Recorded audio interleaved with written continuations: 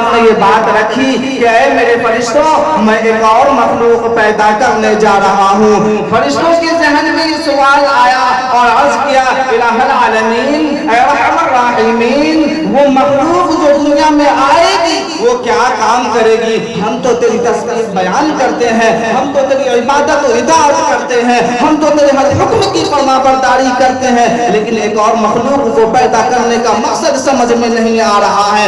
اللہ رب العزت نے فرشتوں کے سوال کے جواب میں کتابوں میں لکھا ہے کہ اللہ رب العزت نے فرمایا کہ اے میرے فرشتوں انی اعلم ما لا تعلمون کہ میں جو جانتا ہوں تم نہیں جانتے ہو.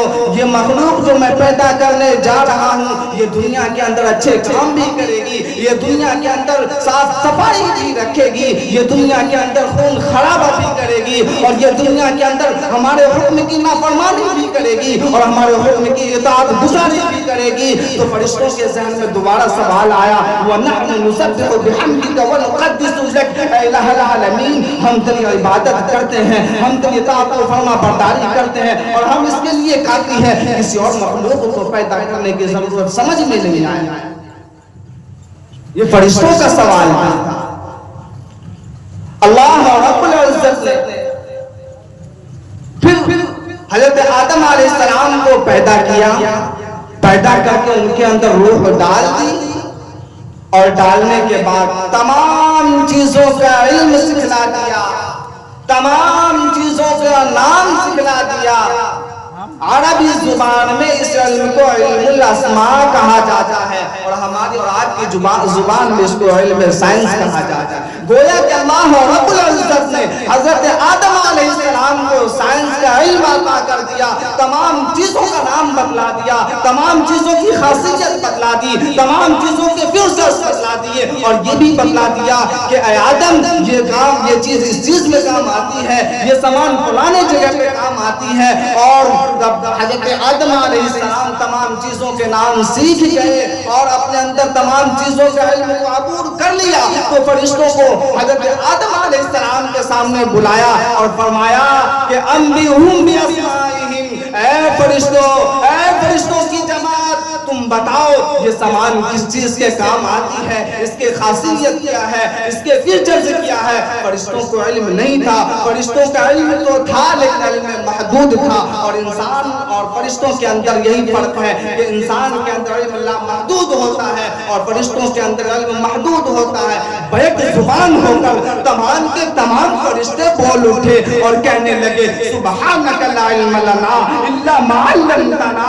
اے پروردگار تیری ذات پاک ہے, اے پروردگار تیری ذات ہر عیوب سے پاک ہے, ہمیں تو اس چیز کا علم نہیں ہے. پھر اللہ رب العزت نے فرمایا یا آدم انبئہم باسمائہم کہ اے آدم بتاؤ اس چیز کے کام کیا ہے, اس چیز کا نام کیا ہے, اس کے کیا فیچرز ہے. حضرت آدم علیہ السلام کو علم دے دیا گیا اور جب وہ بتانے لگے, بڑا بڑا نام بتانے لگے, دھڑا دھڑ نام بتانے لگے, فیچرز بتانے لگے, آدم علیہ السلام کے یہ کام دیکھ کر فرشتے دنگ رہ گئے, حیران رہ گئے. تب اللہ رب العزت نے اپنی حجت تام کی اور فرشتوں کو فرمایا اے میرے فرشتوں انی اعلم غیب السماوات والارض.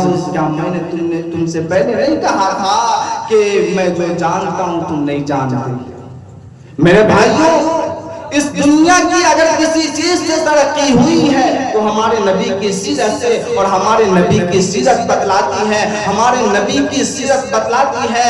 جب تمام زحلائے عرب ہمارے نبی کے پیچھے پڑ گئے اس وقت بلایا اور کہا یا ایھا الناس قولوا لا الہ الا اللہ تفلحوا. اے لوگو ایمان لے آؤ, اے لوگو کلمہ پڑھ لو, اپنے دلوں کے اندر اتار لو, کامیاب ہو جاؤ گے. اور ہمارے نبی کی سیرت کا پیغام اور وحی جو آئی ہے سب سے پہلے وحی یہ نہیں آئی ہے کہ یہ جھوٹ بول رہا ہے, جھوٹ بولنا غلط ہے, یہ چوری کرنا غلط بات ہے, یہ زنا کرنا غلط بات ہے, یہ سود کھانا غلط بات ہے. ہمارے نبی پر جو وحی پہلی آئی ہے وہ یہ وحی آئی ہے اقرا اے میرے حبیب ان انسانوں کو علم عطا کر دو. اگر تم بات سے کہو کسی چور کو کہو تم چوری کرتے ہو, چوری کرنا غلط بات ہے. کسی کو کہو تم جھوٹ بولتے ہو, جھوٹ غلط بات ہے. اگر وہ اس سے سمجھاؤ گے وہ کبھی نہیں چھوڑے گا. اگر اس کو اسی چیز کی تعلیم دے دو, اسی چیز کا نالج دے دو, ایجوکیشن دے دو, اور بتلاؤ چوری کرنا یہ بری بات ہے اور زنا کرنا یہ گناہ کا کام ہے, وہ گناہ کو چھوڑ دے گا. میں اپنی باتوں کو مختصر کرنے کے لیے, اور وقت کی بہت ہی کمی ہے, میری مائیں اور بہنیں بھی یہاں موجود ہیں, ان سبوں سے یہ گزارش کر کے اور ایک بات کہہ کے اپنی بات کو ختم کر دوں گا کہ آج اپنے کردار کو صحیح کرنے کی ضرورت ہے. جب ہماری ماں اور بہنوں کا کردار اللہ والیہ ہو گئی تھی, جب قرآن کی تلاوتیں سنایا جاتا تھا اور گھروں سے قرآن کی تلاوت کی آواز آیا کرتی تھی, تو اسی ماں کے گود سے اولیاء اللہ پیدا ہوئے, نبی پیدا ہوئے, اور انبیاء پیدا ہوئے, پیغمبر پیدا ہوئے. جب کردار خراب ہو گئے تو اسی ماں کے گود سے فرعون و حامان بھی پیدا ہوئے. اے میری ماں, یہ مکاتب, یہ مدارس, یہ کالج, یہ یونیورسٹیاں تو بچے بعد میں جائیں گے. سب سے پہلا مکتب, سب سے پہلا مدرسہ اور سب سے پہلا یونیورسٹی اور کالج جو ہوتا ہے وہ ماں کی گود ہوا کرتا ہے. اگر ماں نے اپنے کردار کو صحیح کر کے اپنے بچوں کو تعلیم دے دی, اپنے بچوں کو ایجوکیشن دے دیا اور سکھلا دیا, تو یقین جانیں ہر 20 سال کے بعد معاشرہ چینج ہوتا ہے. ہم اور آپ جانتے ہیں آج جو 5 اور 6 سال کا بچہ ہے وہ آگے 30 سال کا ہو جائے گا. 30 سال کے بعد معاشرہ چینج ہو جائے گا, ہماری کیریکٹر چینج ہو جائیں گے, نسب چینج ہو جائے گا. آج اگر تعلیم سے جوڑ دیں گے تو 30 سال کے بعد علم ہی علم نظر آئے گا.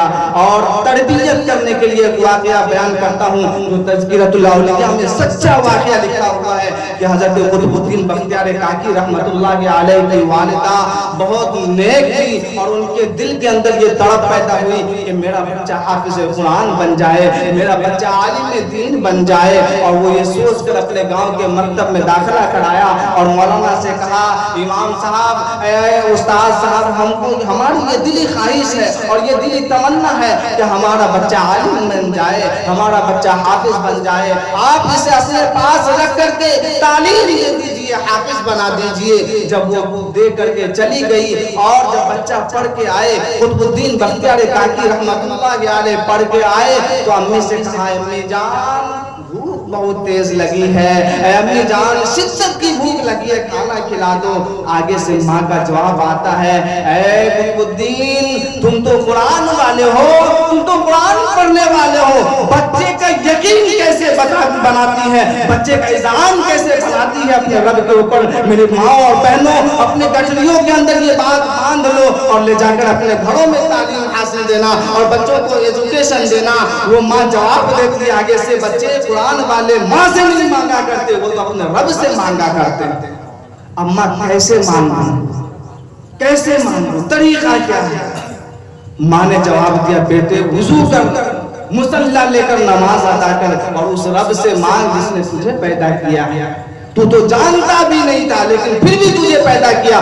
جو رب تجھے پیدا کر سکتا ہے وہ رب تجھے کھانا کھلا بھی سکتا ہے, مانگ میرے بیٹے. اور جب حضرت قطب الدین بختیار کاکی نے نماز پڑھ کر کے دعا مانگی, اور جب تک ادھر نماز پڑھ رہے تھے, تیاری کر رہے تھے, ماں ادھر گرم گرم روٹی بنا کر بستر پر لا کے رکھ دیا. قطب الدین بختیار کاکی رحمت اللہ علیہ آئے اور دیکھا بستر پر گرم گرم کھانا ہے, کھا کر خوش ہو گئے. یہ معمول چلتا رہا, 6 سال کی عمر ہے, چلتا رہا.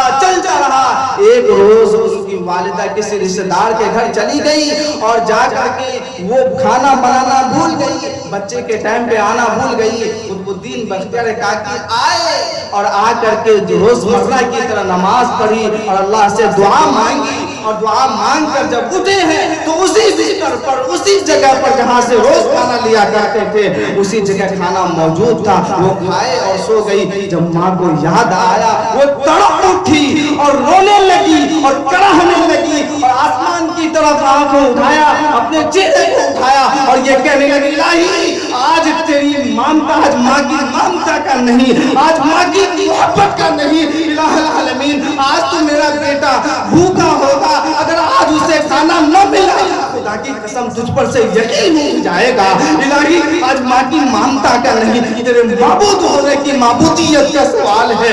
الہی تیرے الہ ہونے کی الوہیت کا آج اگر میرا بیٹا بھوکا رہ گیا، یہ 6 سال سے جو میں نے یقین بنایا ہے تیرے اوپر، اذعان بنایا ہے، وہ ٹوٹ جائے گا الہی۔ اور راستے پر روتی آئی، چلاتی آئی، آنکھوں میں آنسو ہے اور اوپر اللہ سے دعا کر رہی ہے۔ جب گھر آئی تو دیکھا کہ بچہ سو رہا ہے اور گلے سے لگائی، اے میرے لاڈلے، اے میرے لگتے جگر، اے میرے نور نظر، اے میرے آنکھوں کی ٹھنڈک، اے میرے دل کی دھڑکن، آج تو تم بھوکا ہوگا، آج تو تیرے لیے کوئی کھانا نہیں بنا ہوگا، اے میرے لگتے جگر تو آج بھوکا ہوگا۔ میں بھول گئی تھی، میں ابھی بناتی ہوں۔ بختیار کاکی نے جواب دیا، اماں کون سے بھوکے کی بات کر رہی ہوں، میں تو کھانا کھایا۔ بیٹے کہاں سے کھائے، میں تو بنا ہی نہیں، تو کھانا کیسے کھا لیا؟ قطب الدین بختیار کاکی نے کہا، اماں اسی جگہ سے کھایا جہاں سے میں ہر روز کھایا کرتا تھا، لیکن ایک بات بتلاؤں اماں، یہ 8 سال کی عمر گزر گئی ہے، یہ 8 سال کی عمر گزر گئی ہے یہ کھانا کھاتے، لیکن آج جو مزہ کھانے میں آیا ہے پوری زندگی کبھی نہیں آیا۔ میرے ماؤں، جب آپ اپنی اولاد کو صحیح تربیت دیں گے تو آپ کی تربیت کے اوپر اللہ رب العزت بھی اپنا فیصلہ سنا دیتا ہے۔ ماں کی دعا اور بدعا بہت کام آتی ہے۔ امام حرم فرماتے ہیں قاری عبد الرحمن سدیس، میں جب بچپن میں غلطیاں کیا کرتا تھا، ماں کو ستایا کرتا تھا اور پریشان کیا کرتا تھا، تو میری ماں یہ نہیں کہتی تھی تو نالائق ہے، تو بدتمیز ہے، تو کسی کام کا نہیں ہے، وہ یہ کہا کرتی تھی، جا بیٹے تجھے اللہ کعبہ کا امام بنا دے، اے بیٹے جا تجھے کعبہ کا امام بنا دے۔ جب بھی وہ غلطی کرتے وہ کہتی کعبہ کا امام بنا دے۔ خدا کی قسم آج آپ کی نظروں کے سامنے قاری عبد الرحمن السدیس موجود ہے جو حرم شریف کے امام۔ اللہ رب العزت اور آپ کو کہنے سے مسرت عمل کی توفیق عطا فرمائے۔ وآخر دعوانا